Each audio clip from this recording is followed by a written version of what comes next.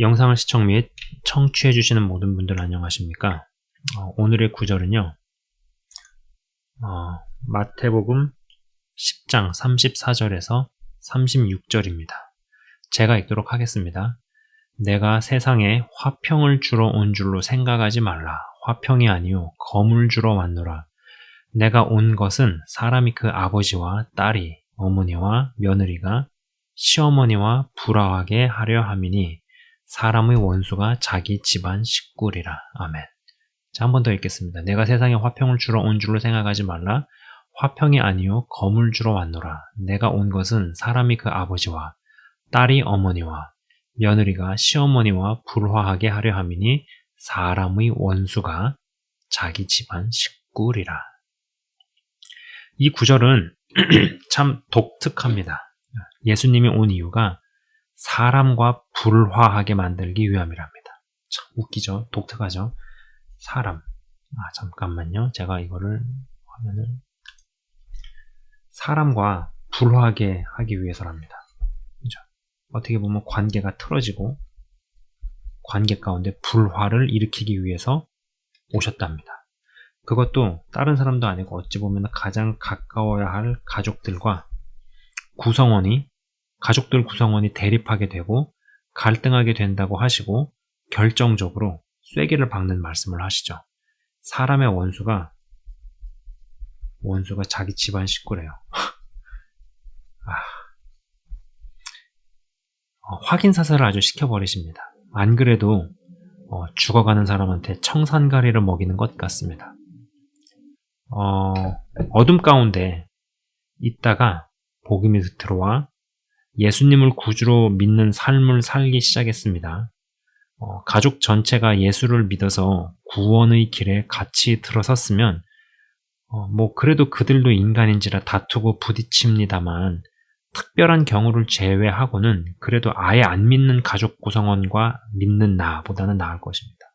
그러니까 안 믿는 구성원 대 믿는 나, 이거보다는 그래도 가족 전체가 다 믿으면은 물론 믿는 안에서도 사람의 어떤 그런 것들이 부딪히니까 갈등을 하고 싸우기도 하고 대립이 되겠지만 그래도 중요한 거는 이거보단 낫죠. 이거보단 무조건 이게 낫죠. 이 구절을, 그러니까 아까 말씀드린 그 본문 구절을 빌미 삼아서 이단들은 혹은 심지어 이제 정통교단이라 표방하는 몇 교회들은 너희 집안에서 빠져나와라. 집을 떠나서 우리와 같이 살자고 설득을 하고 꼬드기면서 가출하게 만듭니다. 가정을 버리고 등지게 만듭니다. 그러면서 하나님을 위해 주를 위해 이만큼을 희생했다고 이야기합니다. 그게 과연 맞을까요? 원론적으로 하나님께서 보시는 가족 개념은 우리가 생각하는 가족 개념과 굉장히 다릅니다. 그리고 우리는 육신의 가정, 부모, 형제의 개념과 틀에 굉장히 영향을 받습니다. 특별히 이제 동양권이 더 그런 게 심한 것 같아요. 한국에서 예수님을 믿는 사람들 더 그런 영향을 많이 받는 것 같습니다. 그러나 중요한 것은 하나님의 시각은 분명 다르다라는 것이죠.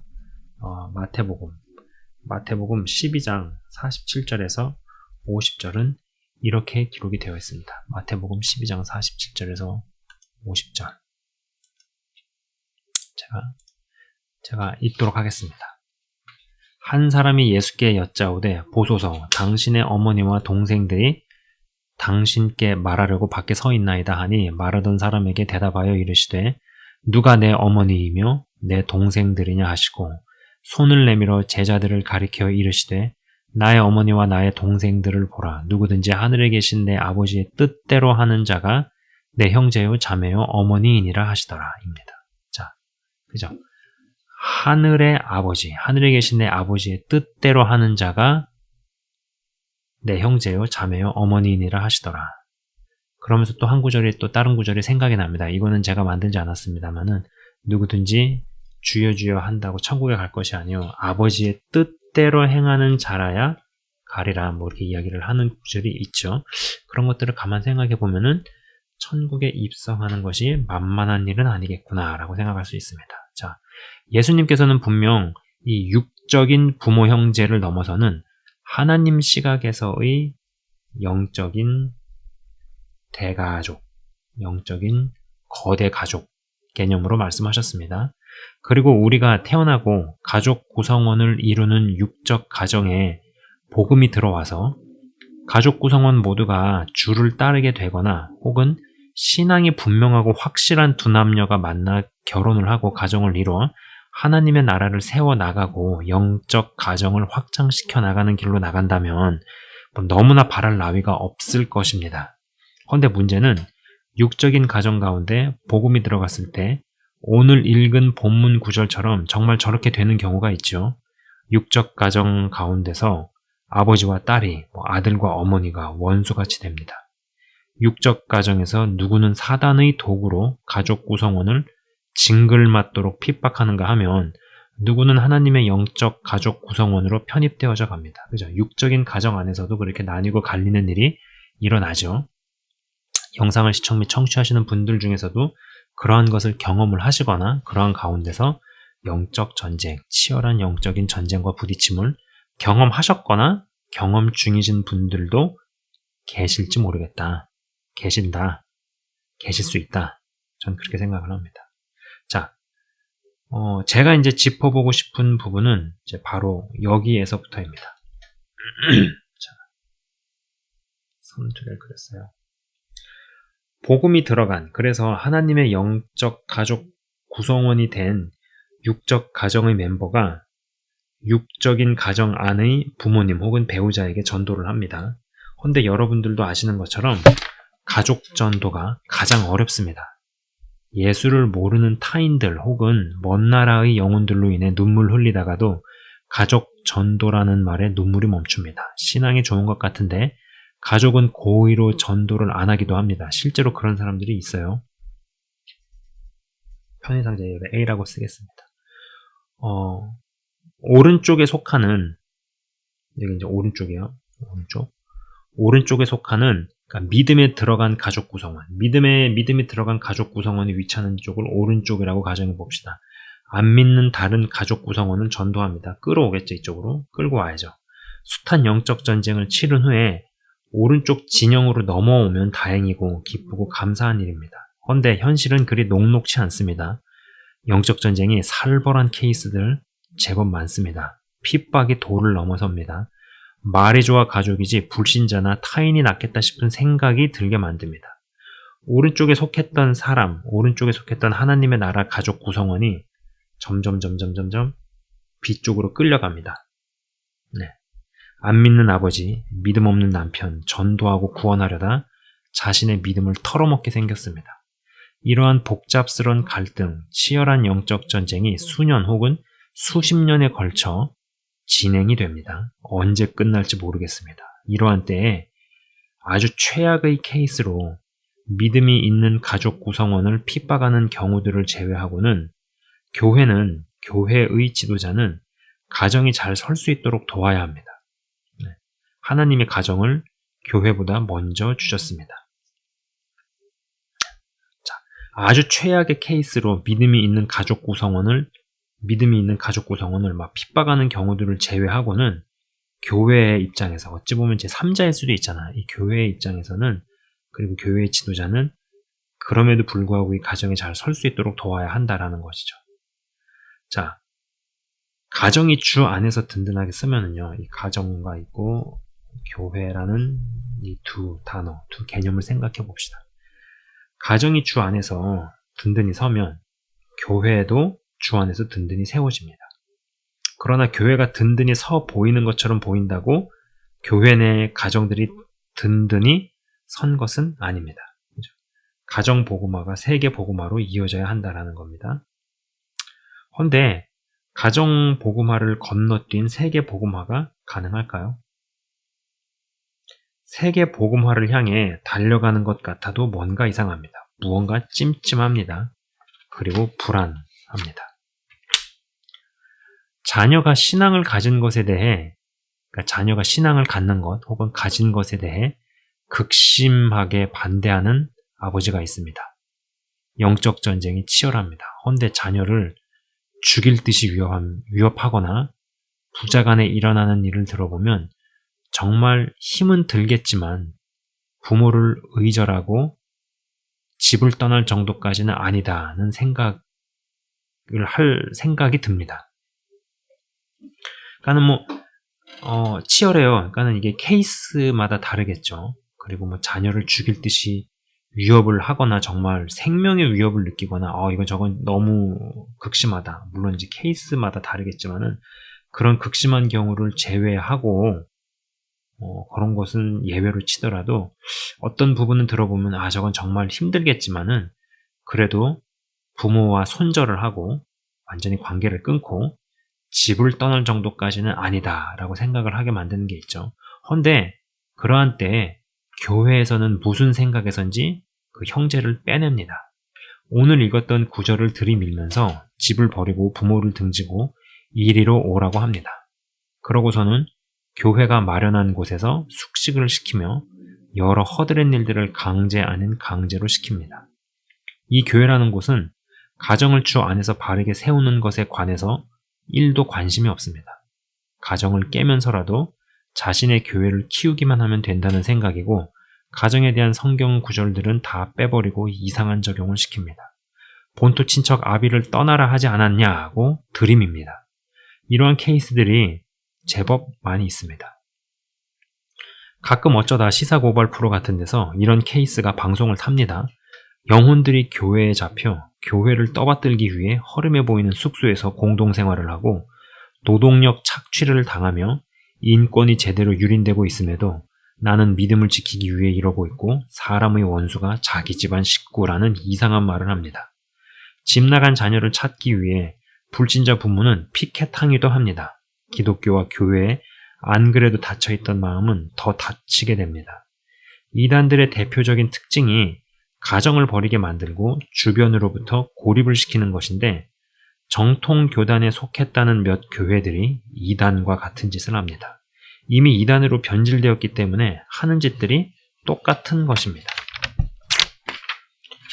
어찌하다 보니 이제 또 다른 케이스입니다. 이거는 어찌하다 보니 불신자 남편과 결혼을 했습니다. 여자는 신앙이 있건만 남편은 없습니다. 이럴 때 나타나는 모양은 케이스마다 다양합니다. 제가 어떤 특정한 케이스에 대해서 이야기하는 거기 때문에 이러한 상황에서 일괄적으로 이러이러해야 한다, 저러저러해야 한다라고 말하기 애매한 부분이 있죠. 그런 것을 감안해서 여러분 들어주시기 바랍니다. 여자는 신앙이 있는데 남편이 없다고 말씀드렸죠. 부부 사이에서 치열한 영적 전쟁이 벌어집니다. 아내는 절이 오랜 시간이 지나도 믿음이 들어가지 않고 영적인 대화나 이야기가 통하지 않는 남편을 보며 처음에는 소망을 갖다가도 시간이 수년, 수십 년이 지나니 지쳐갑니다. 기약이 없으니 사람이 지쳐가는 것이죠. 미워지기도 합니다. 그리고 무언가 불만이 쌓여갑니다. 반면에 남편은 교회에 열심인 아내가 못마땅합니다. 홧김에 네 남편이 나냐 아니면 교회 목사냐 라고 말했다가 빈집에 혼자 오고 혼자 있다 나가는 일도 생깁니다. 하나님이 아내를 빼앗아간 것 같고 목사는 쳐다보기도 싫습니다. 이러한 때 목회자가 아내 되는 분의 불만과 욕구를 교회 시스템 쪽으로 붙여서 프로그램에 헌신하게 만들고 교회 일에 충성하게 만듭니다. 가정에서의 핍박을 이기고 견딘다는 둥, 여러 명목을 갖다 붙이죠. 교회에서 충성과 봉사가 다 상급이라는 둥, 제 시각에서는 이해가 되질 않고 이 목사도 다른 이의 가정을 주 안에서 건강하게 세우는 일은 1도 없고 자기 교회만 키울 생각으로 저런 애라는 생각을 하게 될 뿐입니다. 케이스를 잘 들여다보면 예수님을 믿는다는 이유로 목숨의 위협을 받고 핍박의 정도가 이거 분리를 시켜야겠다는 생각이 들 정도는 아닙니다. 사실 그렇기만 해도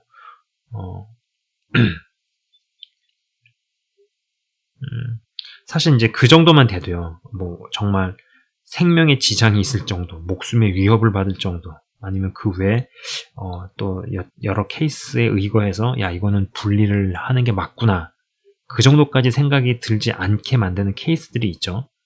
그리고 그 정도만 되더라도 어느 정도 승산이 있는데 목회자를 잘못 만나 여자는 교회 시스템에 10수년을 헌신하고 나서 헌신짝이 됩니다. 정신을 차려보니 남편은 예수님을 아예 믿을 수 없는 사람, 정말 믿으려면은 정말 그럴 가능성이 0.001%? 그러니까 그러한 사람이 되어버렸고, 자녀들도 뭔가 이상해졌고, 본인은 더 이상 어떤 동력이 나오지 않고 목회자에게 버림받은 것 같다는 생각에 이릅니다. 여러분, 제가 하는 이야기가 지금 없는 이야기를 하는 게 아니에요. 성경은 가정에 대해서도 교회에 대해서도 분명히 이야기하고 있습니다. 그리고 가정에 더 무게를 둔다는 것이죠. 예수님께서도 자녀를 데리고 나오는 부모를 막지 않고 기도해 주셨습니다. 부모에게서 빼앗아서 그들을 위해 기도하신 게 아니죠. 부모의 권위를 하나님의 아들이라고 해서 그것을 그냥 짓밟고 무시하고 밟은 게 아닙니다. 어떤 분이, 저는 그런 걸 봤어요. 결혼 허락을 받을 때 부모보다 목회자에게 더 묻고 더 의지하는 것을 보고 이상하다는 생각을 해본 적이 있습니다. 그렇다고 해서 부모가 믿음이 없고 극렬하게 자녀가 가진 믿음에 대해서 학대를 하거나 핍박을 한다면은 그럴 수 있겠다 싶습니다. 헌데 그러한 사람들이 아닙니다. 믿음이 있고 지극히 정상적 범주의 아버지 어머니인데도 목회자의 허락과 승인을 더 중시하는 것을 보고 지금은 몰라도 저기 좀 위험해 보인다는 생각을 했다는 것이죠.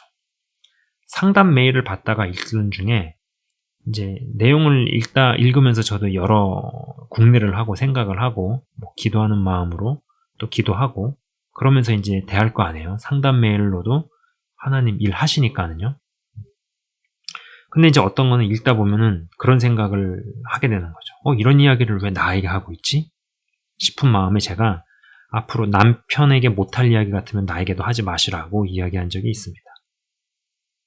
남편분이 불신자의 아주 강도 높인 핍박과 탄압을 한다면 또 모르겠어요. 그런데 그렇지 않았기에 제가 그렇게 이야기를 한 것이죠. 깊은 기도나 치유 기도를 부탁할 때도 제가 어떤 경우에는 그 배우자의 동의와 입회하에 하겠다고 말씀을 드린 적도 있습니다. 이는 일단 결혼을 해서 가정을 일구게 되면 해당 가족 구성원에 대해서는 목회자보다 부모에게 우선적으로 권위가 부여되기 때문입니다. 이게 무시되거나 균형이 깨지거나 가정이 가려지게 될 때 장기적 관점에서 어떤 일이 벌어질까요? 얼마 전에 유명 목회자 한 분이 여자 교역자와의 불륜 혐의로 인해 사임 발표를 했다가 번복한 일이 있습니다. 특별히 알려고 하지 않는데도 누군가가 알려주고 이야기를 해줍니다. 그래서 알게 되는 것들이 있어요. 번복하기 전의 그 사임 발표를 듣던 중에 그분이 이제 그런 얘기 하시더라고요. 목회를 하면서 의지할 사람이 없었다. 그러한 맥락에서 이야기를 하시는 것을 듣고 저는 이제 그러한 생각을 해보았습니다. 자세한 사정을 알 수는 없고 함부로 판단을 하고 이야기할 수 없지만은 저건 가정에, 부부관계에 분명 문제가 생긴 것이다라고 확신을 했었습니다. 여러분, 하나님께서 여자를 돕는 자로 지으셨죠. 혹 돕는 자라는 말을 남자가 하는 일을 무조건적으로 따르고 순종하고 무조건 순종해야 되고 무조건 하는 일에 도와야 되고 그런 개념으로 생각한다면 이는 대단히 잘못 생각하는 것입니다. 상식적으로요. 누군가를 도울 수 있으려면 우수해야 합니다.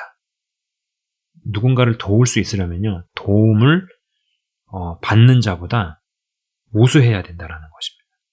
그리고 도움을 받는 자는 그 말을 귀담아 들을 수 있어야 한다라는 것이죠. 물론 여기에서도 버릴 건 버리면서 서로가 충분히 이야기하고 논의하고 의논을 해서 경영을 성립시킵니다. 그리고 여자는 남편에게서 사랑을 받고 또 사랑을 갈구합니다. 이 세상에서 불쌍한 여자는 사랑받지 못하는 여자입니다. 그죠? 하나님께서 가정을 설계하실 때 남자를 머리로 세우시고 또 여자를 돕는 자로 지으셨습니다. 대외적으로 남자가 무엇을 결정해서 일합니다만 내부적으로는 돕는 자인 아내와 충분한 상의와 논의를 통해 결정되고 남자가 외부적으로 실행을 하죠. 저는 그러한 어떤 관계, 여기에서 언급한 사역자분이 분명 이 관계에서 문제가 생겼고 외부적으로 바쁜 일들과 사역이 가정을 덮어버렸다는 것입니다.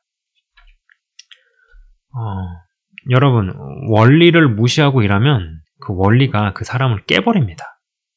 교회 부흥을 목말라 해서 좀 유능해 보이고 세상적으로 잘 나가는 사람을 집사로 장로로 세웁니다. 디모데전서에 집사와 장로의 조건이 분명히 나와 있음에도 상황이 어쩌고 현실이 저쩌고 하면서 그냥 그렇게 강행해버리죠. 어찌 되었든지 간에 그러고 나서 능력자들을 교회 중직에 세웠기에 또 어느 정도 성경 이야기도 하고 말씀도 전하기에 부흥이 되는 것 같습니다. 사람도 늘어납니다. 그러다가 장로가 교회 내의 암흑의 집사와 불륜에 빠집니다. 그리고 어떤 횡령 사건이 발생하기도 합니다.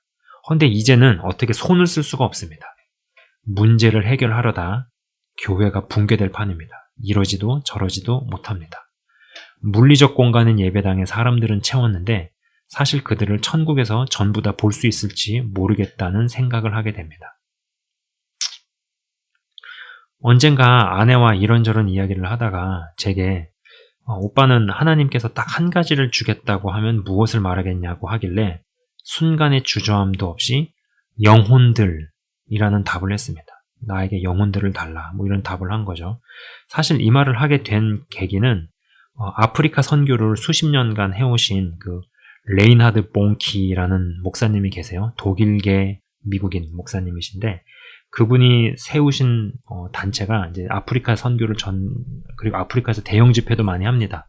지금은 그 레이나드 봉키 목사님한테서 다른 분한테로 리더십이 넘어갔죠. 나이가 너무 많으시고 연로하셔가지고. 그래서 CFAN이라는 단체를 좀 이제 후원했던 적이 있었어요. 근데 이제 그 단체에서 보내준 메일에서 plundering hell to populate heaven이라는 문구를 한번 본 적이 있었습니다. 제가 잠깐 영어를 좀 쓰겠습니다. plundering hell to populate heaven. 좀 갈겨 썼는데 이 문장이 저에게 꽂힌 적이 있었어요. 가슴에 박힌 적이 있었습니다. 직역을 해보자면은 지옥을 약탈해서 천국을 채운다는 것일 텐데 아무튼 그때 이 표현과 이 문장 그리고 이제 영혼들이라는 단어에 영혼들이라는 어떤 그런 개념에 제가 완전히 꽂혔던 것 같습니다. 그리고 지금도 그렇습니다. 보이지 않는 천국을 영혼들로 채우는 게 저의 바람입니다. 이것이 성취되는 과정에서 물리적 공간에도 사람들이 들어차는 것을 보겠지만 물리적 공간에 사람들이 들어찬다고 해서 보이지 않는 천국을 영혼들로 채운다는 뜻은 아닐 겁니다. 그렇죠? 자, 원리를 벗어나면 기도를 하루에 10시간을 해도 넘어집니다. 언급했던 사역자분은 영적 전쟁과 거룩을 강조하셨던 분이죠. 그러나 가정과 또 가장 가까워서 의지해야 할 돕는 자와 문제가 생기니 외부에서 터집니다. 내부의 균열이 외부의 붕괴로 이어집니다. 여러분, 모든 외부의 붕괴는 내부의 균열에서부터 시작합니다. 그리고 이것은 단시간이 아니라 오랜 시간에 걸쳐서 진행이 되어져 오는 일입니다. 제가 언급해드린 그 목사님을 정죄를 하거나 비난을 하거나 이럴 마음은 없어요. 그러나 저는 이건 분명히 이야기할 수 있는 거죠. 저는 지금 원리에 대해서 이야기를 하고 있는 겁니다. 그 원리에 입각해 볼 때 분명히 그 관계에서 내부에서 균열이 있었고 그 균열은 오랜 시간에 걸쳐서 진행되어던 차에 사역이 많아지고 외부 활동이 많아지면서 균형이 깨지면서 가정이 묻혀버리고 교회를 위해서 교회만을 이야기하다가 이런 일이 터진다라는 겁니다. 디모데 전서에서 집사와 장로의 조건이 아주 구체적으로 나옵니다. 그리고 간단합니다. 거기에 해당하는 사람이 있으면 목회자 입장에서 물어보고 상대방이 수락을 하면 세우고 하기 싫다, 하고 싶지 않다라고 하면은 안 세우면 됩니다. 뭐 기분 상하고 나쁠 일도 아니죠. 그리고 아예 성경에 나온 조건들에 해당하는 사람이 없으면 집사나 장로를 아예 세울 생각을 안 하면 그만입니다. 안 세우면 그만이죠. 해당하는 사람이 있으면 세우고 해당하는 사람이 없으면 안 세우면 그만입니다. 그리고 재밌는 것이 이 두 직책을 세우는 데에서도 가정을 잘 돌보는가를 묻고 있습니다. 여기에 쐐기를 박는 문장이 디모데전서 그 5절 말씀입니다. 사람이 자기 집을 다스릴 줄 알지 못하면 어찌 하나님의 교회를 돌보리요? 라고 말이죠. 이 말은 딱 톡 까놓고 이야기하면은 주 안에서 가족 경영을 실패하면 교회 경영도 실패한다는 뜻입니다. 교회를 이야기하고 교회를 강조하면서 가정을 은근슬쩍 빼버리고 가리는 사람을 조심하시기 바랍니다. 믿음이 있다라는 전제하에서 자녀에 대한 혹은 아내에 대한 권위는 목회자가 아닌 남편에게 있습니다.